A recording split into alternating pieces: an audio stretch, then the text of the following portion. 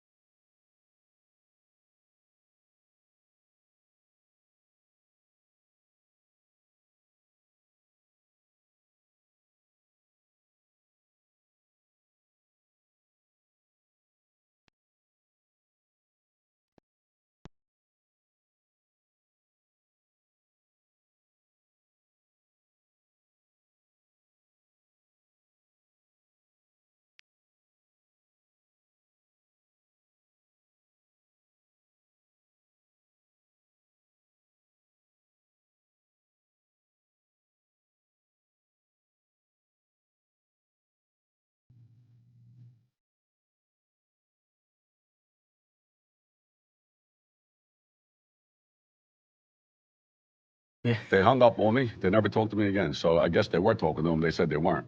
But that's what you do. You disown them. You don't fucking condone it. You condone it, you're just as bad as them. Yeah, we don't care about the polls, who talks Yeah, about the us, polls, who this, yeah. the 63%, they're all probably rats too. Yeah, so I ain't even worried about them. For those who are not aware, Lawrence Yogi Merlino was the brother of Joey Merlino's father, Salvatore Chucky Merlino, who was the underboss under the Nicky Scarfo regime.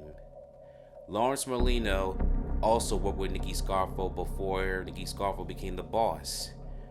During the late 1970s, Vincent Falcone, a cement contractor, had a falling out with Nicky Scarfo, Philip Leonetti. Philip Leonetti had confessed after him, Nicky Scarfo, and Merlino were eventually acquitted of Vincent Falcone's murder. They had set up Vincent Falcone up in December of 1979. The reason being is because Vincent Falcone had made comments about Philip Leonetti and Scarfo about their cement work, and therefore the consequences had made him a mark for death. In a shore house along the shore of New Jersey, Vincent Falcone was invited along with Merlino, Scarfo, and Leonetti to have a couple of drinks. Little did Falcone know this would be a setup for his demise. When Philip Leonetti asked Vincent Falcone to get some ice, Falcone did walk up to the refrigerator, and then Philip Leonetti shot him at point-blank range in the back of the head. The flash from the muzzle had hit Lawrence Merlino's eyebrows. Therefore, Leonetti, Scarfo, and Merlino had to help get rid of the body. And also, the person who also witnessed the shooting was a plumber, Joe Salerno, since he was not a made member. It was to help recruit his buttons. Joe Salerno eventually had turned on Leonetti, Scarfo, and Merlino, and therefore all three parties were charged with murder. However, the next following year, they were acquitted. Meanwhile, during this time, Merlino had not cooperated with the government at that time.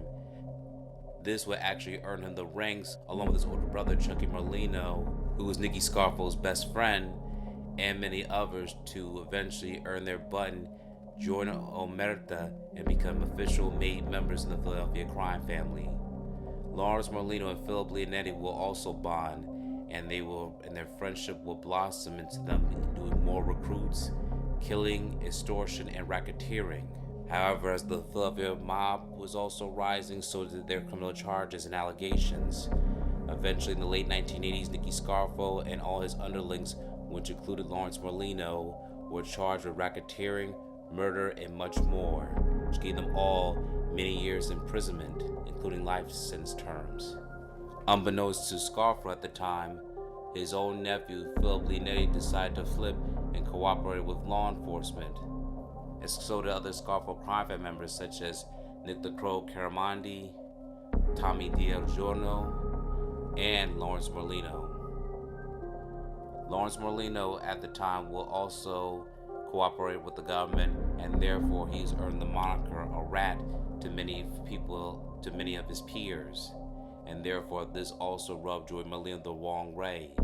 His father, Salvatore Chucky Merlino, along with his friend Nicky Scarfo, would serve their life sentence term. Chucky Merlino would eventually die in prison, while Lawrence Merlino would outlive the imprisonment and live the rest of his life being separated from his family, knowing that he was disowned by his nephew and some of his own family members, which we will discuss in another video. Lawrence Merlino eventually died in the year of 2001. In the aftermath of his demise, Joe Merlino has made it public about how much disdain he has had for his uncle since he has cooperated and did not serve the life sentence in which Chucky Merlino had did. That is just to summarize our life story on Lawrence Merlino. We will cover a full biography story on him eventually, but we just want to give you a full context to why Lawrence Merlino and Joy Merlino may have had some sort of friction during Lawrence's lifetime. There is no audio of Lawrence Merlino that we have in our video. However, we will go over some of the documentation history and let you hear from Joy Merlino himself to why he has problems and complications with his uncle. Thank you. Thank you for watching this video. Please subscribe to our channel and check out more of our content. Feel free to give your feedback and suggestions on what we should do next in the comments. This is Infinite Lee Productions. We love ya.